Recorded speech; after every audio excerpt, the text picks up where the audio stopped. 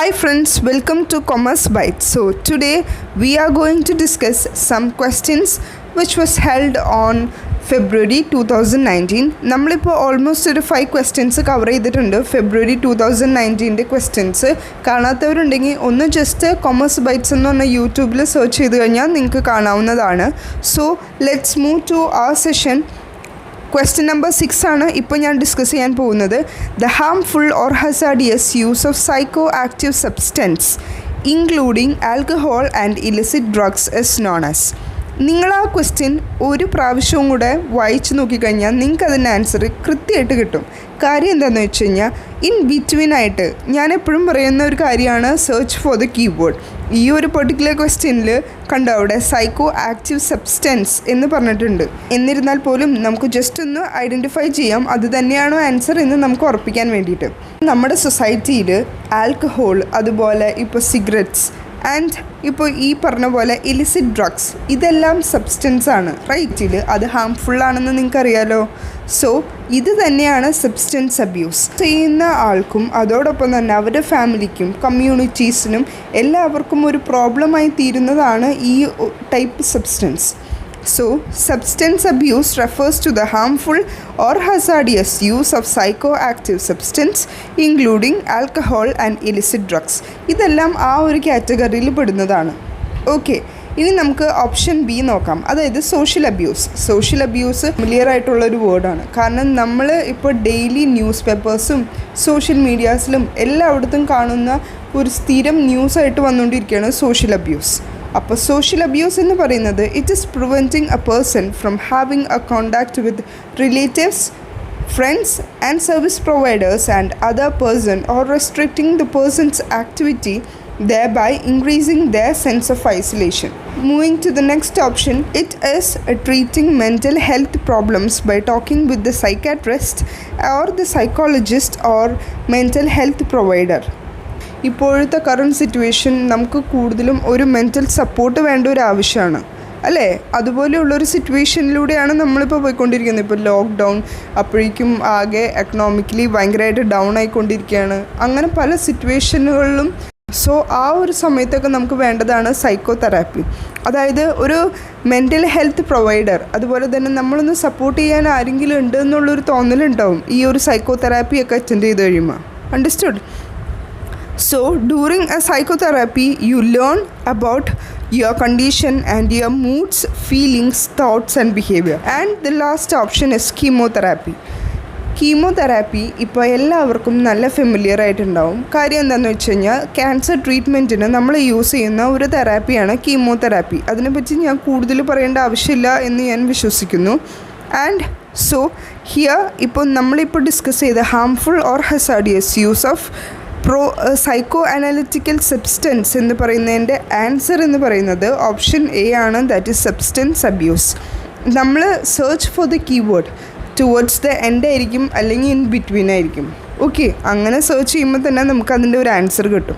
Moving to next question. Question number 7. The way of group of people within a society tend to learn and pass on information is known as.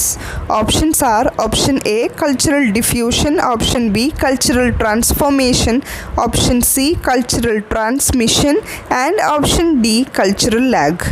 ഈ 4 option കണ്ടിട്ട് നമുക്ക് 4 ഒരുപോലെയാണെന്ന് തോന്നും. പക്ഷെ അങ്ങനെയല്ല, 4 4 different ആയിട്ടുള്ള meaning ആണ്. So അത് ഞാനിപ്പോൾ പറഞ്ഞുതരാം. Here the answer will be option B, that is cultural transformation. ഇനി നമുക്ക് ഫസ്റ്റ് ഓപ്ഷൻ എന്താണെന്ന് നോക്കാം. Option A that is cultural diffusion എന്താണെന്ന് നോക്കാം. Okay, cultural diffusion is a process of spreading cultural traits from one religion to another. Spread of cultural beliefs and social activities from one group to another, mixing the world cultures through the different religion.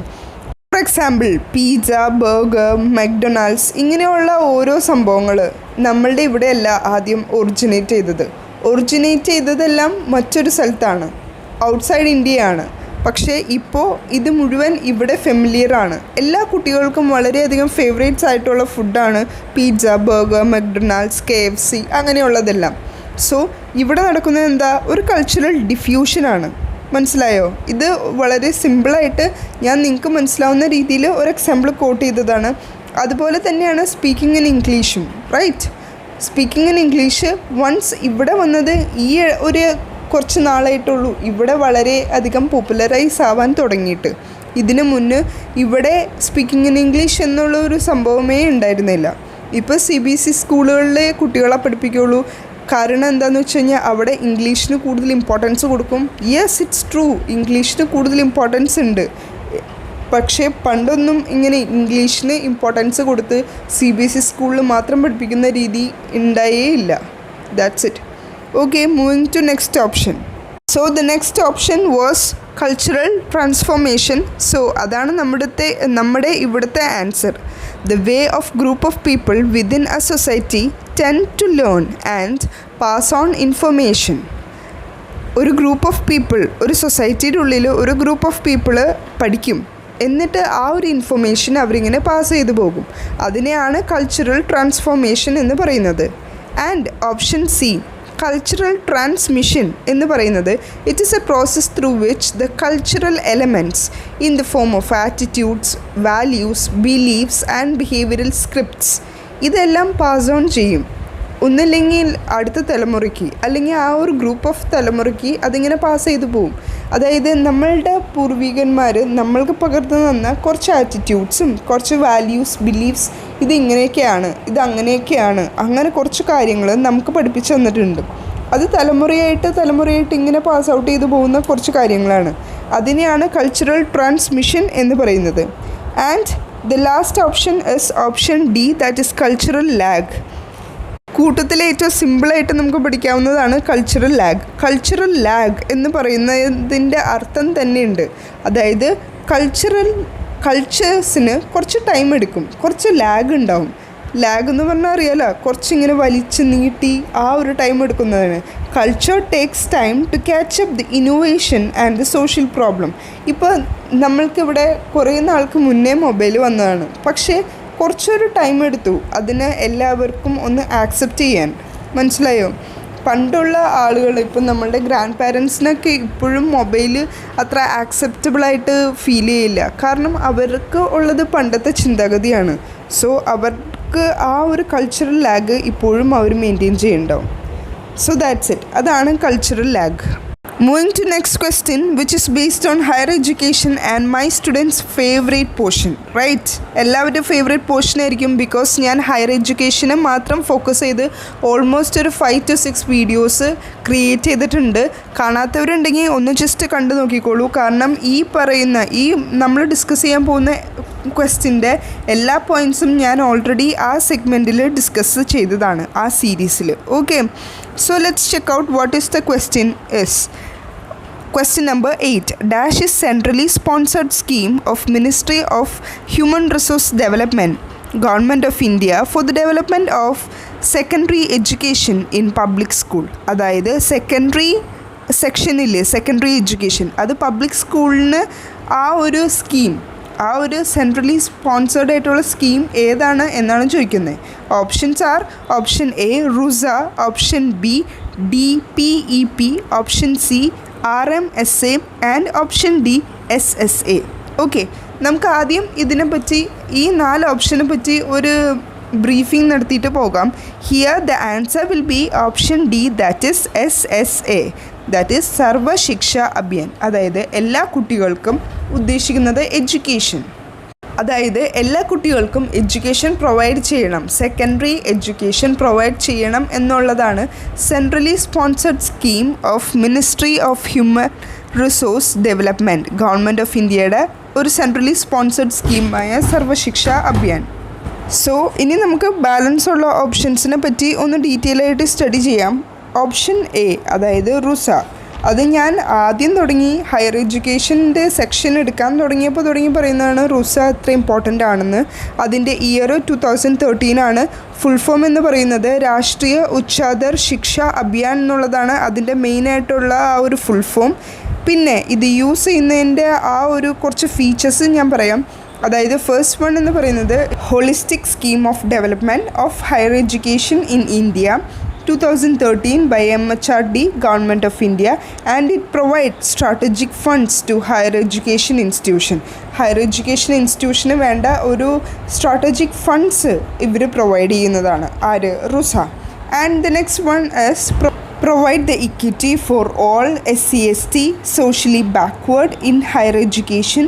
Socially backward ആയിട്ട് നിൽക്കുന്ന എല്ലാ സ്റ്റുഡൻസിനെയും provide equity, എല്ലാവരും ഈക്വലായിട്ടാണ് കാണുന്നത്. And one more point is adding that expand institutional base and creates the additional capacity in the existing and establishing new institution. പുതിയ institutions establish ചെയ്യുകയും അതോടൊപ്പം തന്നെ existing ആയിട്ടുള്ള ഇൻസ്റ്റിറ്റ്യൂഷൻസിന് കപ്പാസിറ്റി ആഡ് ചെയ്ത് കൊടുക്കുകയും ചെയ്യും.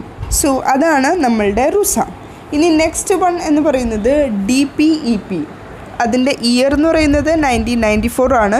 അതിൻ്റെ full form district primary education programme. അതിൻ്റെ മെയിനായിട്ടുള്ള എയിം എന്ന് പറയുന്നത് to revitalise the primary education and achieve the objective of universalisation of primary education. ഇതിൻ്റെ ഫുൾ ഫോം ശ്രദ്ധിച്ചു കഴിഞ്ഞാൽ തന്നെ ഇപ്പോൾ നിങ്ങൾക്ക് എല്ലാവർക്കും ജസ്റ്റ് ഒന്ന് ട്രൈ ചെയ്താൽ മതി. ഇപ്പോൾ DPEP അതായത് ഡിസ്ട്രിക്റ്റ് ആയിരിക്കും ഡി എന്ന് പറയുന്നത്. ഇപ്പോൾ എസ് എന്ന് പറഞ്ഞാൽ ഓൾമോസ്റ്റ് എല്ലാം സ്റ്റേറ്റ് ആയിരിക്കും. ഓക്കെ, ഇപ്പോൾ വിരലിലെണ്ണാവുന്ന ചിലത് മാത്രം, ഇപ്പോൾ ഈ SSA അത് മാത്രം സർവശിക്ഷ അഭിയാൻ എന്നുള്ള ആ ഒരു ഫുൾ ഫോമിലേക്ക് പോകുന്നുള്ളൂ. അല്ലാതെ ഇപ്പോൾ DP അങ്ങനെയുള്ളതൊക്കെ ഓൾമോസ്റ്റ് സിമിലർ ആയിട്ട് വരുന്ന കുറച്ച് വേർഡ്സാണ്. ഓക്കെ, ഹയർ എഡ്യൂക്കേഷന് വെച്ച് ബന്ധപ്പെടുത്താവുന്ന കുറച്ച് വേർഡ്സാണ്. ഇപ്പോൾ ഇവിടെ ഡിസ്ട്രിക്ട് പ്രൈമറി എഡ്യൂക്കേഷൻ പ്രോഗ്രാം ആയതുകൊണ്ട് തന്നെ ഇവിടെ കൂടുതൽ ഇമ്പോർട്ടൻസ് എന്തിനായിരിക്കും കൊടുക്കുന്നത്? പ്രൈമറി എഡ്യൂക്കേഷന്, ഡിസ്ട്രിക്ട് ലെവലായിട്ടുള്ള പ്രൈമറി എഡ്യൂക്കേഷനായിരിക്കും കൂടുതൽ ഇമ്പോർട്ടൻസ് കൊടുക്കുന്നത്. അതോടൊപ്പം ഇവർ പറയുന്ന ഒരു ഒബ്ജക്റ്റീവ് എന്ന് പറയുന്നത് യൂണിവേഴ്സലൈസേഷൻ ഓഫ് പ്രൈമറി എഡ്യൂക്കേഷൻ. നമ്മളുടെ പ്രൈമറി എഡ്യൂക്കേഷന് യൂണിവേഴ്സലൈസേഷൻ, അതായത് എല്ലാവർക്കും പ്രൈമറി എഡ്യൂക്കേഷൻ അവൈലബിൾ ആക്കും എന്നുള്ള രീതിയിലാണ് പറയുന്നത്. ഇനി next option is RMSA. RMSA എന്ന് പറയുമ്പോൾ രാഷ്ട്രീയ മാധ്യമിക് ശിക്ഷ അഭിയാൻ എന്നുള്ളതാണ് അതിൻ്റെ ഒരു ഫുൾ ഫോം. ഓക്കെ, ഇത് സ്പോൺസർ ചെയ്തിരിക്കുന്നത് MHRD തന്നെയാണ്, ministry of human resource development. Okay, government of ഇന്ത്യയുടെ. ഇത് കൂടുതൽ ഫോക്കസ് കൊടുക്കുന്നത് for the development of secondary education in public സ്കൂളിൽ നിന്നും തന്നെയാണ് RMSA കൂടുതൽ ഇമ്പോർട്ടൻസ് കൊടുക്കുന്നത്. ആൻഡ് എസ്റ്റാബ്ലിഷ് ചെയ്ത ഇയർ എന്ന് പറയുന്നത് March 2009 and it focus on the growth and development and equity for all and improve the quality. It includes the multidimensional research, technical consulting, and it provides the universal education for 15 to 16 years of age, and it removes the barriers like gender, socio-economic background. അങ്ങനെയുള്ള കുറച്ച് barriers അവർ remove ചെയ്യും. And the last option, Sarva Shiksha Abhiyan, which was from the year 2001 to എന്നുള്ള ആ ഒരു ഇയറാണ് starting year 2001 എന്ന് നമുക്ക് എടുക്കാം. And ഈ ഒരു സർവശിക്ഷ അഭിയാനിൽ പറയുന്നത് programme for universal elementary education and it provide for improving the human capabilities to all children through the provision of community-owned quality education. 86th അമെൻമെൻറ്റിലാണ് സർവശിക്ഷ അഭിയാൻ വന്നത്. 6 to 14 ഇയേഴ്സിന് കമ്പൽസറി എഡ്യൂക്കേഷൻ ആണ് ഇവിടെ പറയുന്നത്. Okay, and it is a fundamental right. Atal Bihari Vajpayee ആണ് pioneer ആയിരുന്നത് by 2010. Okay, so that's it. അപ്പോൾ നമ്മൾ almost 4 ഓപ്ഷൻസും കവർ ചെയ്തു. So my dear friends, centrally sponsored scheme of Ministry of Human Resource Development, Government of India for the development of secondary education in public school എന്ന് കേൾക്കുമ്പോൾ തന്നെ answer option C ആയിരിക്കും, അതായത് RMSA, രാഷ്ട്രീയ മാധ്യമിക് ശിക്ഷ അഭിയാൻ. ഇപ്പോൾ നിങ്ങൾക്ക് ഈ ഒരു അബ്രിവേഷൻ്റെ ഫുൾ ഫോം അറിയെങ്കിൽ നിങ്ങൾക്ക് നിസ്സാരമായിട്ട് ഇതിൻ്റെ ആ ഒരു ആൻസർ നമുക്ക് ലോക്ക് ചെയ്യാം. കാരണം ഇവിടെ ക്വസ്റ്റ്യനിൽ ചോദിച്ചേക്കുന്നത് ടുവേർഡ്സ് ദ എൻഡ് ശ്രദ്ധിച്ചു കഴിഞ്ഞാൽ നിങ്ങൾക്ക് മനസ്സിലാവും secondary education in public school എന്നാണ്. സെക്കൻഡറി എഡ്യൂക്കേഷൻ എന്ന് പറയുന്നത് എന്താ? ഇൻ മിഡിൽ വരുന്ന ഒരു പോർഷനെയാണ് മാധ്യമിക് എന്ന് പറയുന്നത്. അത് തന്നെയാണ് secondary education. So centrally sponsored scheme of ministry of human resource development എന്ന് പറയുന്ന ആ ഒരു സെൻട്രലി സ്പോൺസർഡ് സ്കീം എന്ന് പറയുന്നത് രാഷ്ട്രീയ മാധ്യമിക് ശിക്ഷ Abhiyan, and that is the answer. And now moving to the next question, arrange the following units of storage in the correct order from the smallest unit first. Smallest തുടങ്ങി ലാർജസ്റ്റ് വരെ ഒന്ന് order ചെയ്യാനാണ് പറഞ്ഞിരിക്കുന്നത്. ഇവിടെ ഞാൻ തന്നിരിക്കുന്നത് ദ കറക്റ്റ് ഓർഡറാണ്. ഇത് പഠിക്കാനുള്ള ഒരു ട്രിക്കും ഞാൻ പറഞ്ഞുതരാം. ഓക്കെ, സോ ഈ ഒരു പെർട്ടിക്കുലർ ക്വസ്റ്റ്യൻ എന്ന് പറയുന്നത് നിങ്ങൾക്ക് കണ്ടപ്പോൾ തന്നെ മനസ്സിലായിട്ടുണ്ടാവും, നമ്മളുടെ കമ്പ്യൂട്ടറിനെ ബേസ് ചെയ്തൊരു ക്വസ്റ്റ്യൻ ആണ്. ബിറ്റ്, ബൈറ്റ്സ്, അങ്ങനെ കുറേ നിങ്ങൾക്ക് ഫെമിലിയർ ആയിട്ടുള്ള ടേംസ് ആണ് ഇവിടെ തന്നിരിക്കുന്നത്. Kilobyte, byte, megabyte, terabyte, gigabyte, bit. Okay, ഇത്രയും 6 ടേംസ് ആണ് നമുക്കിവിടെ തന്നിരിക്കുന്നത്. ഓക്കെ, ഇനി നമ്മളിതൊന്ന് ഓർഡർ ആക്കണം. അതിനും ഞാൻ നിങ്ങൾക്ക് തരുന്ന ആ ഒരു ട്രിക്ക് എന്ന് പറയുന്നത് B square K M G T. B square K M G T. B square എന്ന് പറയുന്നത് ഫസ്റ്റ് ബിറ്റ്, BIT. കാണുമ്പോൾ തന്നെ നമുക്ക് കുഞ്ഞിതായിട്ട് തോന്നുന്നത് അതല്ലേ, അപ്പോൾ ബിറ്റ്. അത് കഴിഞ്ഞ് ബൈറ്റ്. നിങ്ങളെല്ലാവരും കേട്ടിട്ടുണ്ടോ, ഇൻഫോ പാർക്കിൽ KPMG എന്ന് പറഞ്ഞൊരു കമ്പനിയുണ്ട്. അത്യാവശ്യം വളരെയധികം ഫേമസ് ആയ കമ്പനി തന്നെയാണ്. ഓക്കെ, ആ KPMG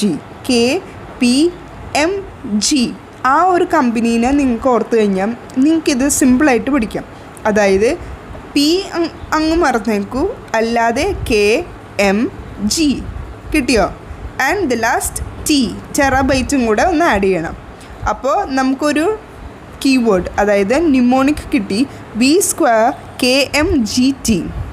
ബി സ്ക്വയർ എന്ന് പറയുമ്പോൾ bit, byte, kilobyte, megabyte, gigabyte and terabyte. B square KMGT. അതാണ് നമ്മളുടെ നിമോണിക്. ഈസി അല്ലേ? That's it. So with this note, I am concluding my video. Let's see in the next video. Till then, work hard and study well. Thank you.